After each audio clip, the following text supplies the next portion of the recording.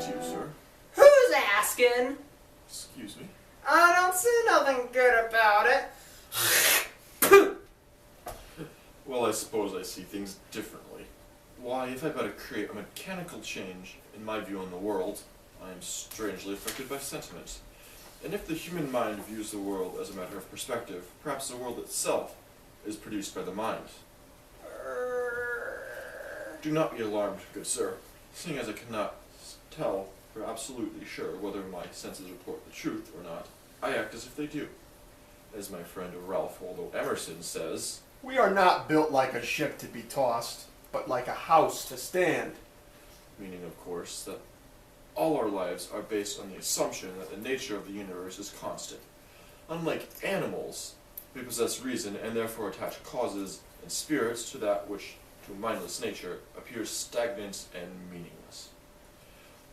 Because of our human reason, we view nature as an accident and an effect, a phenomenon rather than a substance. What did you say you were again? Why, my dear friend, I am a poet. I communicate that very same pleasure and awe to my readers. I take aspects of nature which everyone knows of, such as a mountain or the sun, and give to them new meanings as symbols and thoughts. By imagination, I can take the fabric of the very world itself, twist it in my mind, and spin it anew with fresh meaning. Take, for example, the noble stag. Dang it! Of all the darndest days to forget my rifle! Sir, have you been listening to me at all? Sure, there's the mountains and the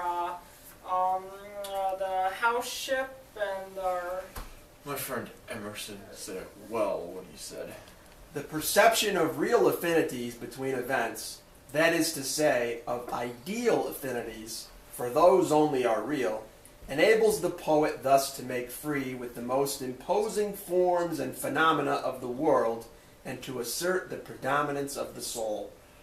which is to say, I as a poet use material things to communicate my thoughts through such techniques as figurative language. But if nature exists, and man, because of his intelligence, lives on a higher level in relation to it, why shouldn't I enjoy venison? What? My dear sir, I consider it my duty as a member of the Transcendentalist Club to edify the ignorant such as yourself. But how?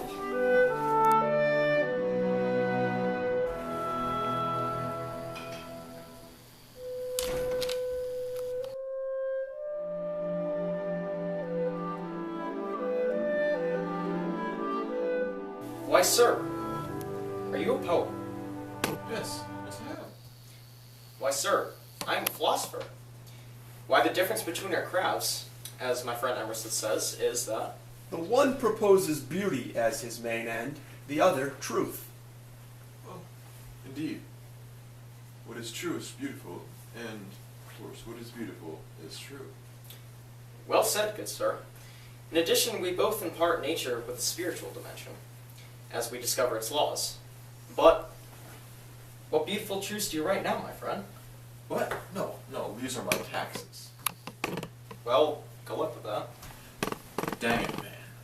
I'm a poet, not a mathematician.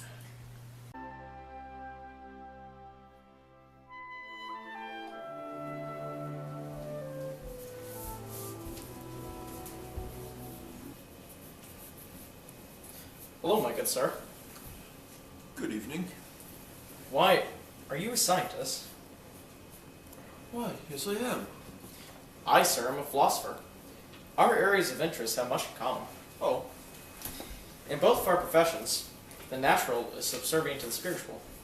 Our minds and souls twist the physical world to suit our analysis.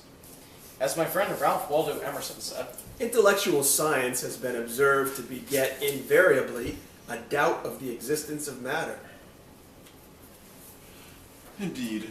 Through science, we reach new heights of understanding. but only a few men, such as you, are able to transcend to this level through science. True. All men can use kindness and passion to reach this condition. If we can understand the nature of truth and justice, we can finally, as Emerson would say, Apprehend the absolute. We become immortal, For we learn that time and space are relations of matter, that with a perception of truth or a virtuous will, they have no affinity. Indeed, touching these divine natures makes man himself divine. But yet, what do you say of ethics? Well, Emerson defines religion and ethics as The introduction of ideas into life. he believes that the two act the same when one considers idealism, as they both lessen the value of nature. What philosophy is for men, such as myself, religion is for others, a means of putting mind over matter. Well, yes, some devotees do see nature as temporal trash. Emerson says we should respect and love nature as my mother and home. That is why he chooses the theory, ideal, over the popular faith. In summation, idealism takes in the whole scope of the world, looks past criticism and accepts all events as valuable lessons. Thus there are no good or bad events, only spectacles to watch. Interesting. The others are meeting upstairs. Alright, I shall be yours help.